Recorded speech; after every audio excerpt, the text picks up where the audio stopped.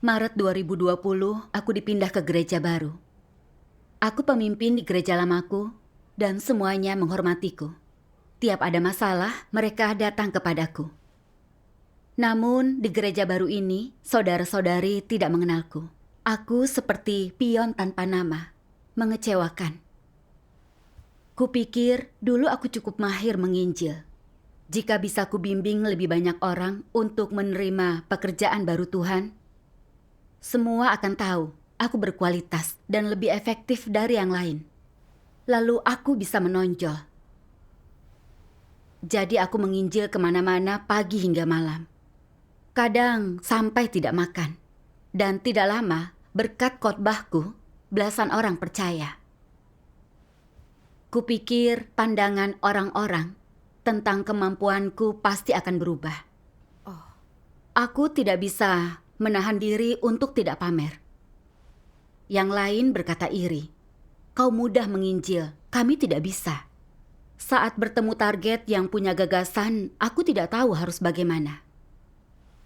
Aku pun sering mengalami itu dan merasa buntu.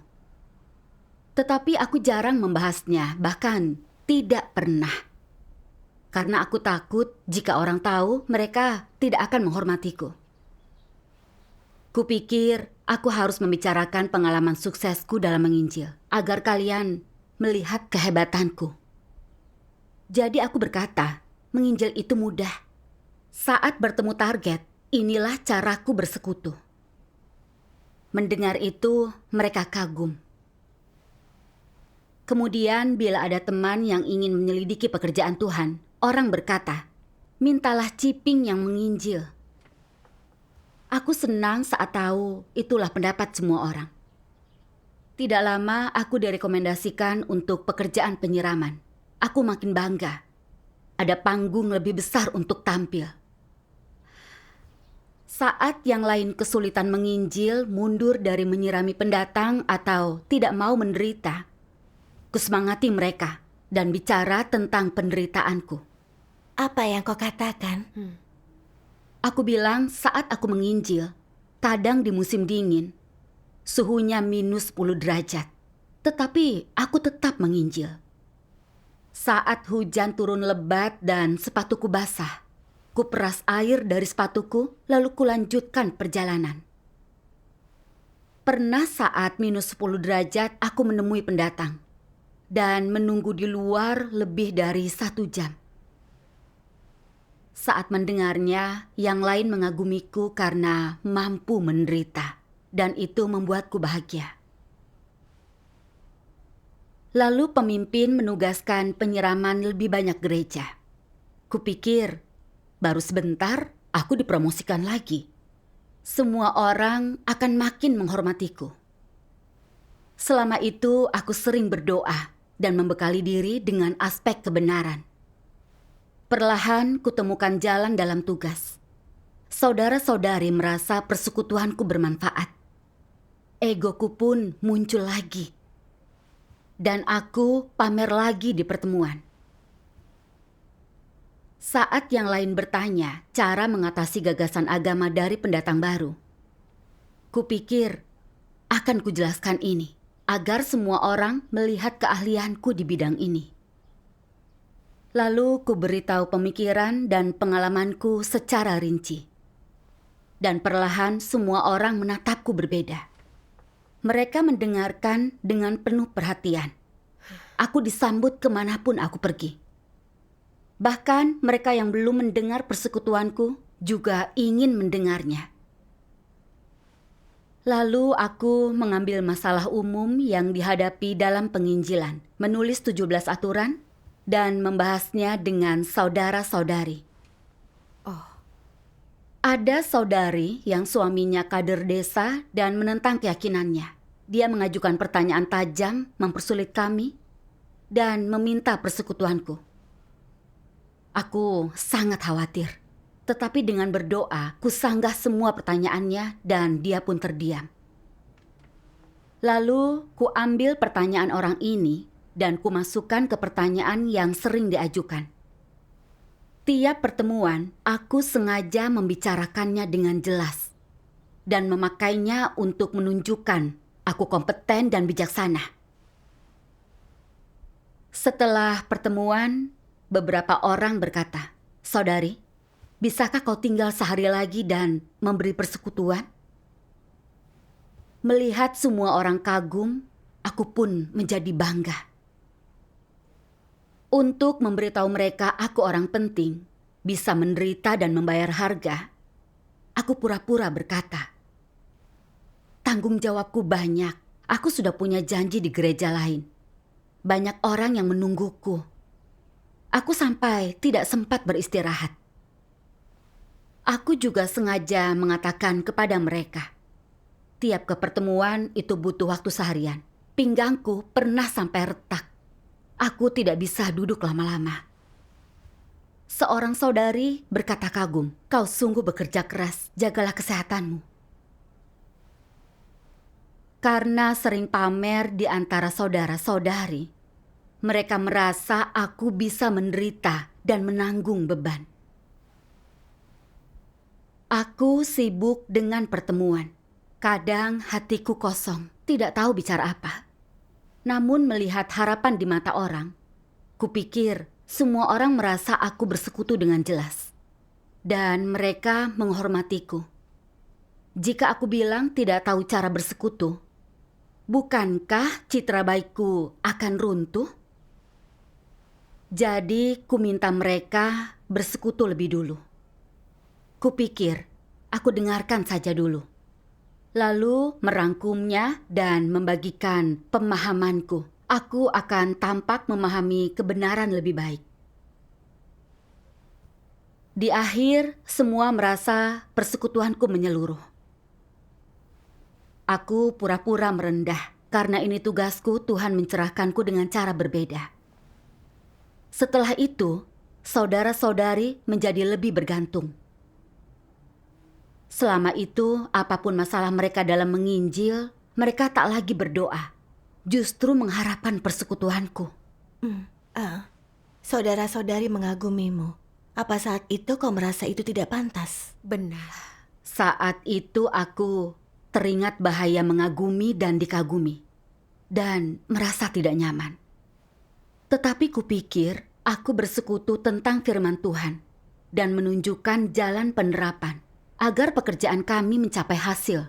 Tidak ada yang salah. Jadi kekhawatiran itu hanya terlintas di benakku saja. Namun saat aku bersemangat melakukan tugas, psoriasis lamahku tiba-tiba kambuh. Ada bercak besar di kaki, lengan, bahkan di wajahku. Sangat gatal. Rasanya tidak nyaman hingga aku tidak ikut pertemuan. Kupakai berbagai obat, tetapi tidak manjur. Ini lebih parah dari sebelumnya. Aku sadar itu bukan kebetulan. Pasti ada hikmahnya. Iya. Aku berdoa kepada Tuhan. Tetapi saat itu aku tidak menyadari masalahku. Lalu pemimpin mengatur agar aku bersekutu, mengatasi masalah orang. Kupikir kerjaku harus bagus, agar bisa menunjukkan kemampuanku. Aku seperti eksekutif yang berpresentasi. Aku bersekutu tentang memahami kunci persekutuan saat menginjil, memecahkan masalah umum dalam menginjil. Semua mendengarkan dengan cermat. Bahkan ada yang mencatat karena takut terlewat. Saudari yang menjamu juga mendengarkan dengan cermat dan sesekali memberiku air minum. Aku senang melihat semua orang menyukai persekutuanku. Namun, aku juga gelisah. Semua ini pemahaman pribadiku. Bisa saja aku salah. Apa pantas orang menuliskan ucapanku? Benar, tepat. Namun, kupikir mereka mungkin ingin mencatat penerapan yang baik. Tidak ada yang salah. Jadi, kubiarkan mereka untuk mencatat. Esoknya, seorang saudari kembali. Katanya, aku tidak mencatat persekutuan kemarin. Kudengarkan hari ini. Begitu selesai, ku dengar dua saudari mengobrol. Apa kau rekam? Saudari satunya mengeluh. Kenapa tidak direkam? Wah, mereka menghargai persekutuanmu sampai merekamnya. Ya. Mendengar ini, aku merasa takut. Jika orang menganggap ucapanku penting, bukankah aku membawa mereka ke hadapanku?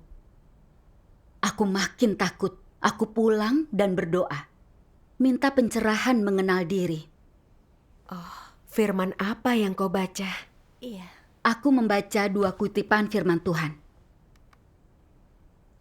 Meninggikan, memamerkan, berusaha membuat orang kagum. Manusia rusak mampu melakukannya. Ini reaksi naluriah manusia saat dikuasai natur jahat. Dan umum dilakukan manusia rusak. Bagaimana orang meninggikan diri mereka sendiri? Bagaimana mencapai tujuan ini?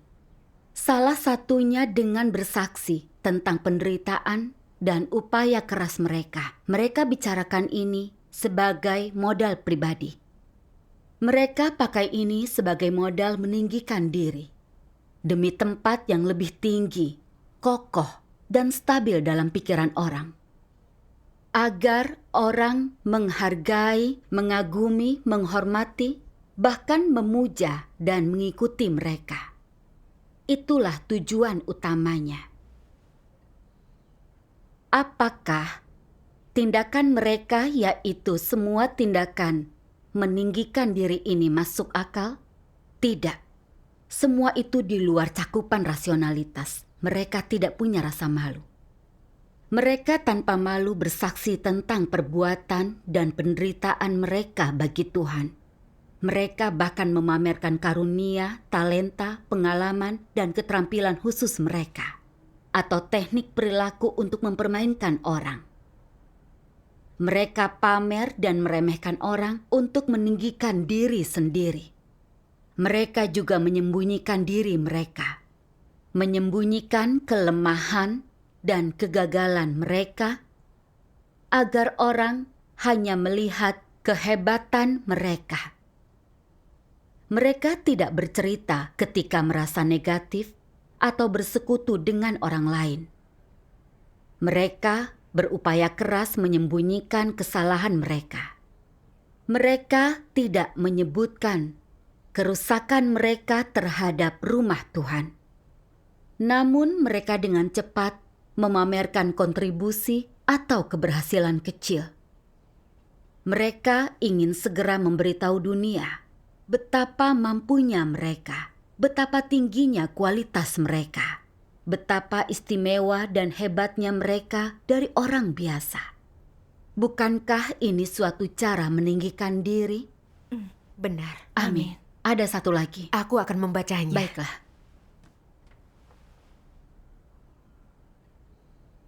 Semua orang yang merosot, mengagungkan dan bersaksi bagi diri sendiri. Mereka sombong, membesarkan diri, dan tidak memedulikan Tuhan. Apa engkau punya pengalaman ini?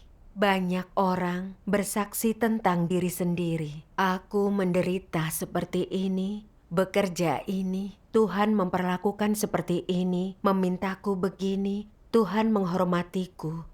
Inilah diriku sekarang.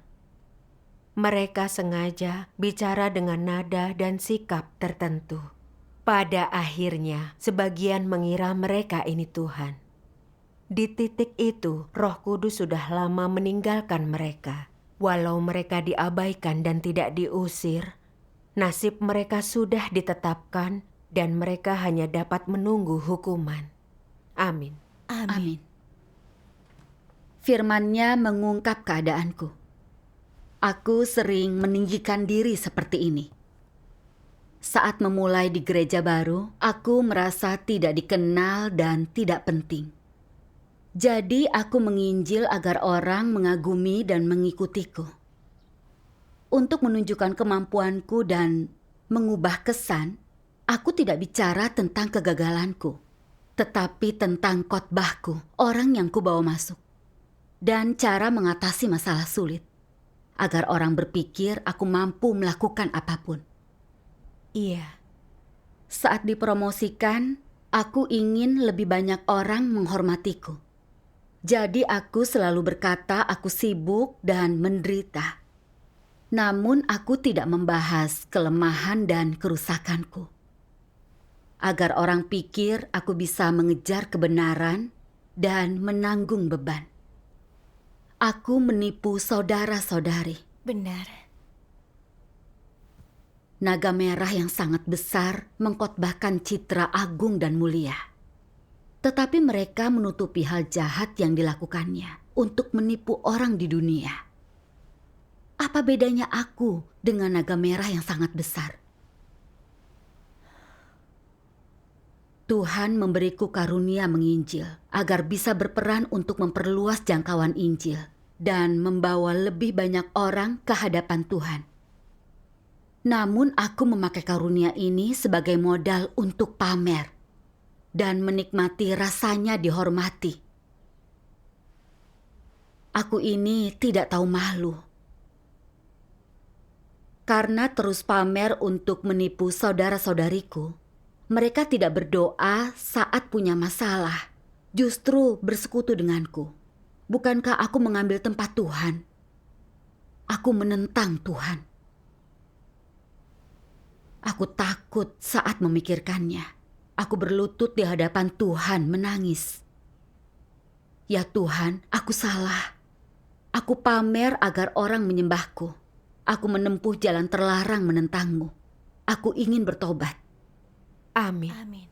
Syukur kepada Tuhan. Sebenarnya aku juga suka pamer kepada saudara-saudariku.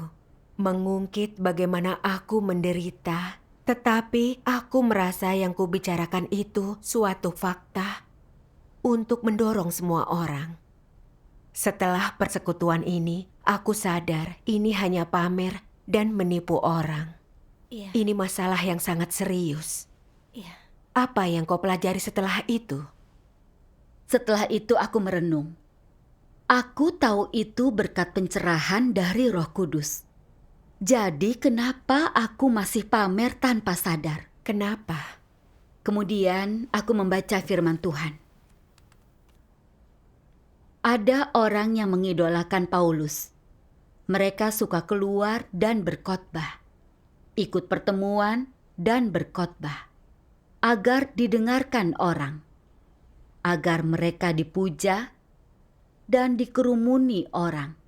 Mereka suka status di pikiran orang dan citra mereka dihargai.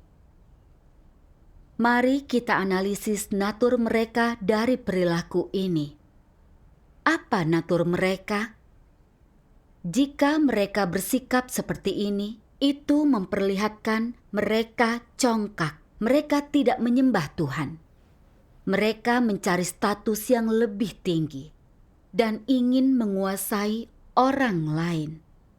Memiliki status di pikiran mereka. Ini gambaran klasik dari iblis. Aspek menonjol dari natur mereka adalah kecongkakan, kesombongan, dan keinginan dipuja.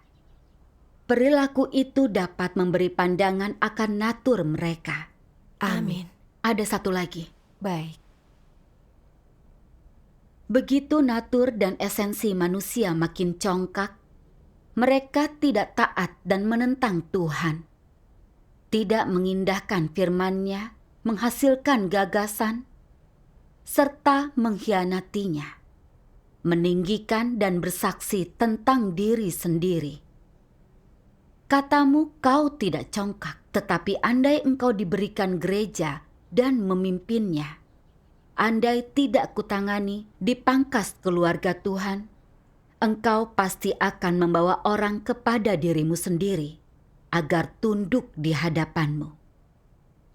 Mengapa engkau melakukan itu? Naturmu menentukannya. Itu penyingkapan yang alami. Tidak perlu belajar ini dari orang lain atau meminta diajarkan. Tidak perlu orang lain memerintahkanmu melakukan ini. Keadaan ini muncul alami. Semua yang kau lakukan adalah membuat orang tunduk, memujamu, meninggikanmu, bersaksi tentangmu, dan mendengarkanmu. Membiarkanmu memimpin membuat ini terjadi, dan itu tidak dapat diubah. Dan bagaimana keadaan ini bisa terjadi? Ini ditentukan oleh natur manusia yang congkak. Wujud kecongkakan adalah pemberontakan terhadap Tuhan. Ketika manusia congkak merasa benar, mereka akan membangun kerajaan sendiri dan bertindak semaunya. Mereka membawa orang lain ke dalam tangan dan pelukan mereka. Bagi orang yang mampu berbuat ini, itu berarti natur mereka sama dengan natur iblis, natur penghulu malaikat. Sampai pada titik tertentu, mereka menjadi penghulu malaikat dan mengesampingkan Tuhan. Jika naturmu congkak begini, Tuhan tidak punya tempat di hatimu. Amin. Amin. Amin. Dari firman aku melihat naturku congkak merasa benar sendiri. Aku seperti Paulus yang suka dikagumi. Awalnya aku ingin bertugas dengan baik, tetapi aku dikendalikan natur congkak. Jadi tanpa sadar aku pamer dan menonjolkan diri. Meski tahu ucapanku mengandung tujuan pribadi, aku tidak bisa mengendalikan ambisi dan hasratku. Aku ingin dikagumi dan dipuji. Sebagai anak, aku dimanjakan keluargaku. Saat dewasa, aku menjadi pengusaha terkenal. Di rumah dan di tempat kerja, akulah pengambil keputusan. Kemanapun itu, aku mendengar pujian dan kekaguman. Aku pun menikmati perasaan menjadi bintang paling terang. Setelah percaya, aku tidak puas menjadi orang biasa dan tidak dikenal di gereja. Aku mencari kesempatan untuk membuat orang lain menghormatiku. Natur Paulus sangatlah congkak, ingin orang menyembahnya. Jadi kemanapun dia memamerkan pekerjaannya. Dia tidak pernah bersaksi tentang Kristus. Dia pamer dengan alasan mendukung gereja. Lalu tanpa malu bersaksi, dia hidup sebagai Kristus. Orang percaya menyembahnya, menjadikannya tolok ukur. Menganggap kata-katanya firman Tuhan. Iya. Sampai kini, 2000 tahun kemudian, banyak penganut agama memegang kata-kata Paulus dan menolak pekerjaan Tuhan. Paulus membawa orang ke hadapannya menyinggung watak Tuhan dan dihukum. Sekarang, aku juga congkak. Dan percaya manusia bergelut ke atas, air mengalir ke bawah, serta sudut pandang iblis serupa. Aku ingin unggul, pamer dan menunjukkan bakatku. Hingga semua orang mendengarkanku saat terjadi sesuatu. Ingin menebus saat tidak mencatat persekutuanku, bahkan merekamku. Seolah lebih penting dari firman Tuhan. Bahkan aku tidak tahu harus merenung. Aku malah tenggelam dalam sukacita dikagumi. Aku sangat congkak dan tidak tahu malu. Iya. Aku tidak tahu identitasku. Aku tidak paham aku ini manusia yang dirusak iblis. Tanpa malu, kutinggikan diriku. Aku ingin punya tempat di hati orang dan didengarkan. Lalu karena aku terus pamer, aku punya tempat di hati saudara-saudari. Makin kagum, makin mereka jauh dari Tuhan. Bukankah aku berebut dengan Tuhan? Iya. Tepat. Aku ingat ketetapan administratif zaman kerajaan. Manusia tidak boleh membesarkan dan meninggikan diri sendiri, tapi menyembah dan meninggikan Tuhan. Amin. Tuhan yang menciptakan, jadi kita harus menyembahnya.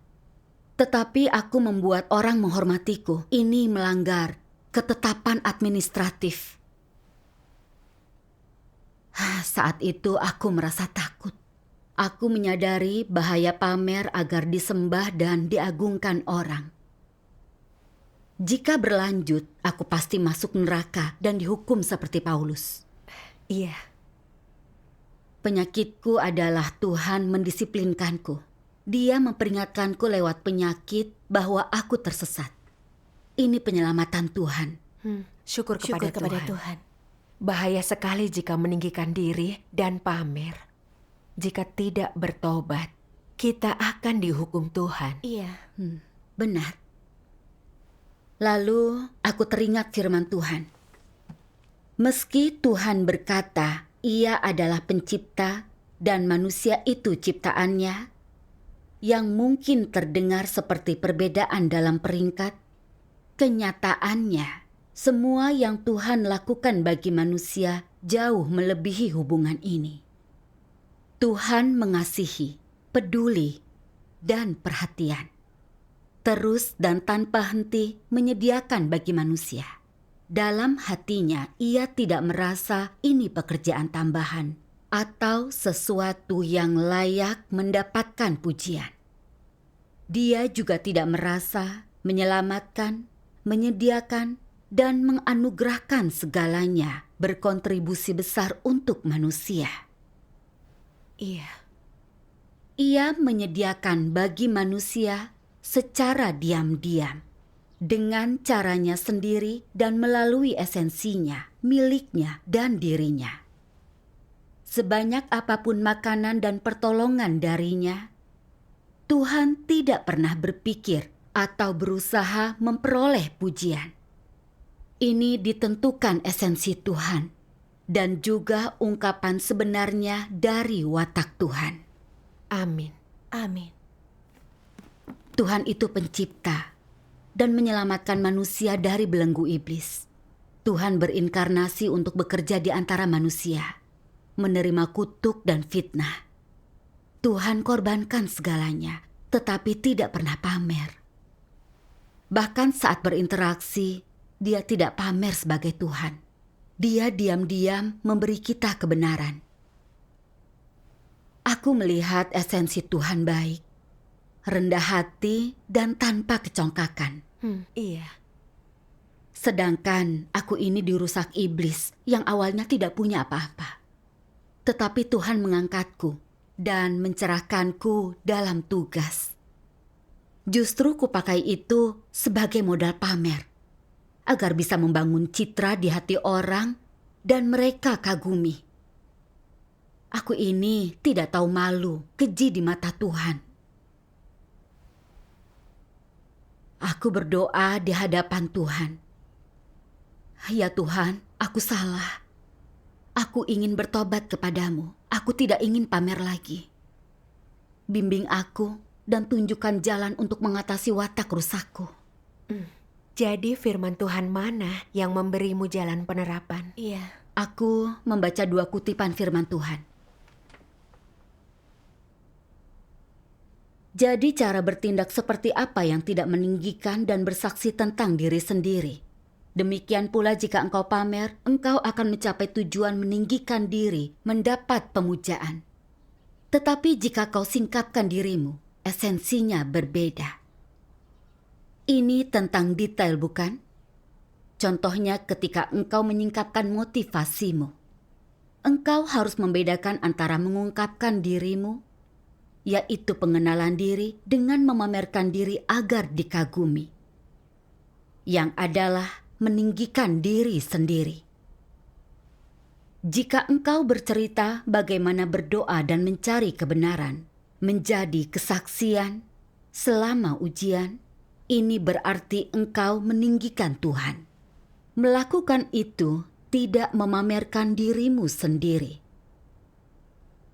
Entah bersaksi tentang diri sendiri atau tidak, tergantung apakah ucapanmu mencerminkan pengalamanmu dan menjadi kesaksian tentang Tuhan. Dan apa tujuanmu membicarakan ini?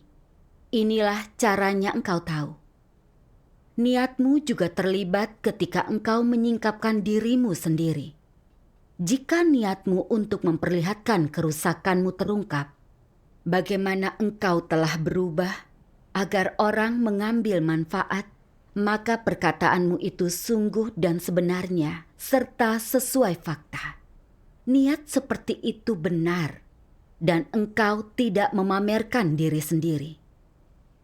Jika niatmu untuk memperlihatkan pengalaman nyatamu, perubahanmu, memiliki kenyataan kebenaran, agar dirimu dikagumi dan dihormati, maka niat ini salah dan harus disingkapkan juga.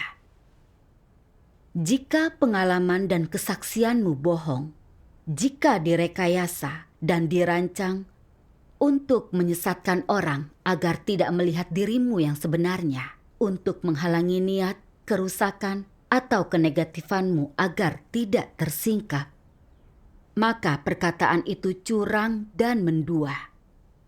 Ini kesaksian palsu, menipu, mempermalukan Tuhan. Dia membencinya. Ada perbedaan antara keadaan ini.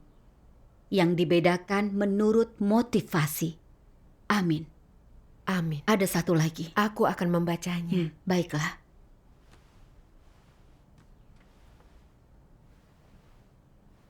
Ketika bersaksi, engkau harus bicara banyak tentang bagaimana Tuhan menghakimi, ujian yang Dia pakai untuk memurnikan watak orang. Juga bicara tentang kerusakanmu yang tersingkap, apa yang kau tanggung. Dan bagaimana engkau ditaklukkan Tuhan. Bicaralah tentang pengetahuan nyata tentang pekerjaan Tuhan. Bagaimana engkau harus bersaksi dan membalas kasih-Nya. Engkau harus berbicara dengan substansi dan kesederhanaan. Jangan membicarakan teori kosong, tetapi bersikaplah tulus dan nyata. Inilah yang harus engkau alami. Jangan mempersiapkan teori kosong yang tampak mendalam untuk pamer. Itu akan membuatmu tampak tidak bernalar. Bicaralah tentang hal-hal nyata dari pengalaman nyata yang dari hati. Inilah yang paling bermanfaat dan tepat untuk orang pahami. Amin. Amin. Amin. Syukur kepada Tuhan. Dari firman aku mengerti, aku harus hidup di hadirat Tuhan jika ingin berhenti pamer. Dengan hati yang takut akan Tuhan, membuka hatiku di depan semua orang, menyingkapkan kerusakanku dan bicara tentang pengalaman nyataku. Saat ingin meninggikan diri, aku harus meluruskan niatku. Aku harus lebih sering menyingkapkan kerusakanku. Mempersekutukan pengetahuanku setelah mengalami penghakiman dan pemurniannya. Harus bicara dari hati, agar orang bisa mengambil manfaat dan melihat sisi asliku. Iya. Setelah punya jalan penerapan, ku bicarakan pengalamanku tentang masa ini saat pertemuan dengan yang lain. Dan memberitahu terang dalam persekutuanku berasal dari pencerahan Roh Kudus, bukan tingkat pertumbuhanku. Tanpa bimbingan Tuhan, aku tidak bisa apa-apa.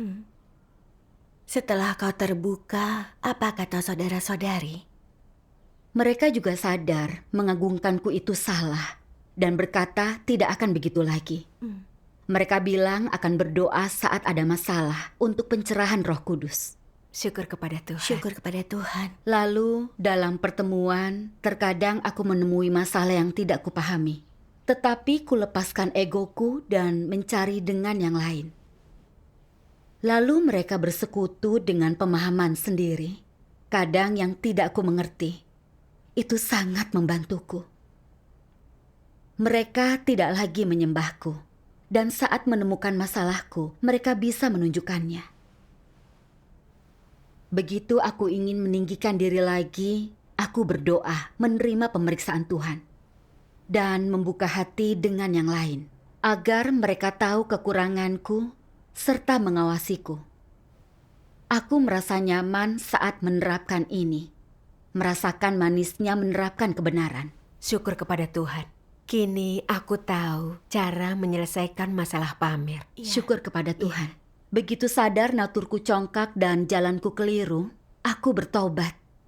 Psoriasisku perlahan menghilang dan aku pulih. Syukur kepada Tuhan. Syukur kepada Tuhan. Setelah mengalami hajaran Tuhan, aku merasa watak benar Tuhan itu nyata. Dan meski aku menderita, niat Tuhan adalah menyelamatkanku dari watak jahatku. Ini menunjukkan kasih Tuhan nyata. Penghakiman dan didikan Tuhan menghentikanku dari berbuat jahat dan menarikku kembali dari ambang bahaya. Syukur kepada Tuhan. Syukur kepada Tuhan. Setelah persekutuanmu, aku sadar memamerkan diri sangat berbahaya.